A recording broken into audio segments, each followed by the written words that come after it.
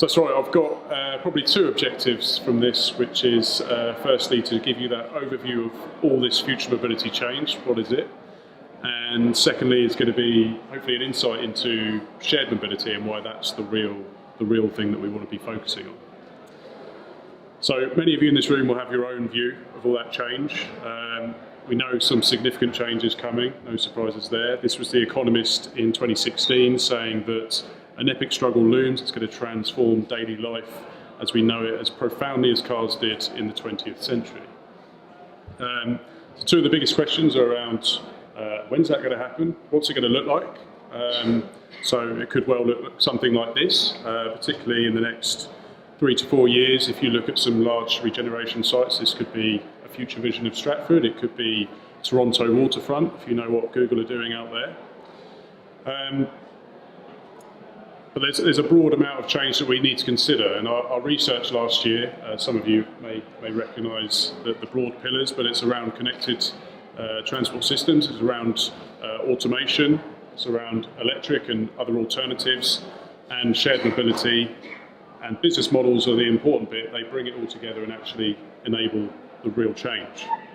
On electrification, by about 2022, we're going to see electric vehicles being more affordable than conventionally fueled vehicles.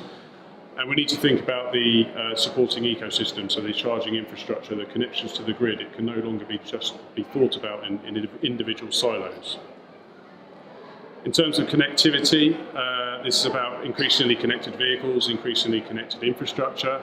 And what we're hoping for there is that that's actually going to bring about more efficiency in our transport network. It's going to bring improved driver information, and we're also going to be thinking about safety benefits that can be achieved.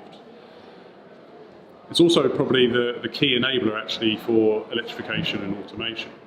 So the sexy one, automation, that's a varied approach from increasing levels of driver assistant technology all the way through to fully autonomous vehicles. And we're seeing this not just in mobility, but across many sectors, how automation is having its impact. The real hope here is around safety, it's around reducing the operational cost, and it's what we can do with that. Now, shared mobility provides the biggest opportunity. We need to think about how can we make the most of whether it's car clubs, stockless bikes, ride sharing, ride sourcing, all these innovative new on-demand services. This is the thing that actually reduces congestion and brings about real change. Mobility business models, mobility as a service gets a lot of airtime, so at its core it's about reducing private car ownership, and actually maybe starts to get us to think about the real cost of our journey and get us to travel in different ways. If we get it all wrong, then maybe it's a sort of Wall-E dystopian vision of the future where we get low-cost AVs, everyone's running around watching Netflix and there's no interest in finding run-friendly routes. It's quite a lonely future. It's also one which we probably don't want. So loneliness is a big theme for governments at the moment. Also, ageing population. It's one of the grand challenges for the UK government. In Japan, they're actually focusing in the right places, I think, with their AV pilots, with their shared mobility platforms. They're trying to get the elderly key access to services and interactions that they need with other people.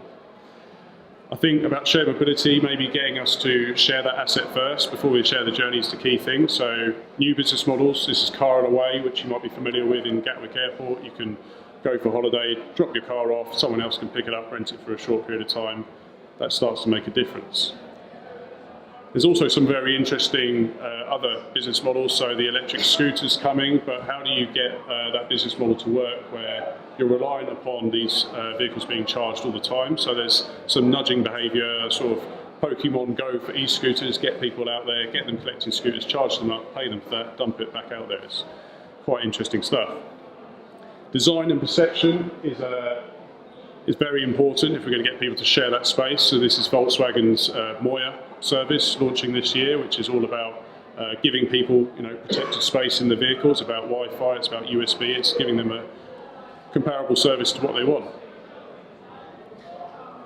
And it's also about convenience. So some of you may have ridden in the City Mapper Smart Ride, which was previously known as the weird new City Mapper thing. What I loved when I first got in this was you can see a sort of guidance note. It tells people how to share with other people. It gives you sort of 1 to 15 of how to share that space. There's other alternatives to how you can encourage that behaviour. So in terms of social credits, in China they want to rank all their citizens by 2020. So a slightly different approach, and already that's having implications in how you manage the doctor's bike hire schemes. It's stopping people from booking flights, stopping people from getting business class access. So that's that. As an engineer, my view is really, what does this mean for our spaces? How do we design our spaces? So we're certainly going to have a future where there's going to be a huge increase in pick-up and drop-off demand. So we're going to need to understand, particularly with autonomous vehicles and shared mobility, how do we design those spaces to be flexible for that future? And one of those is really, how do we think about the design of the building? So how do we think about design of car parking so it could be retrofitted in the future to maybe office space or retail or cycle storage, things like that. So this is a scheme in Denver where they've started to do things like that, thinking about a future of reduced private car ownership. So shared mobility is the bit that gets us towards the right outcomes, and hopefully we can do that while improving accessibility, reducing congestion, and actually improve placemaking for our streets. And hopefully we can do that with a bit of fun on the way. So this is the innovative approach in Montreal, where they have swinging bus stops, or swinging seats at bus stops, and you can listen to music while you swing. So thanks for listening.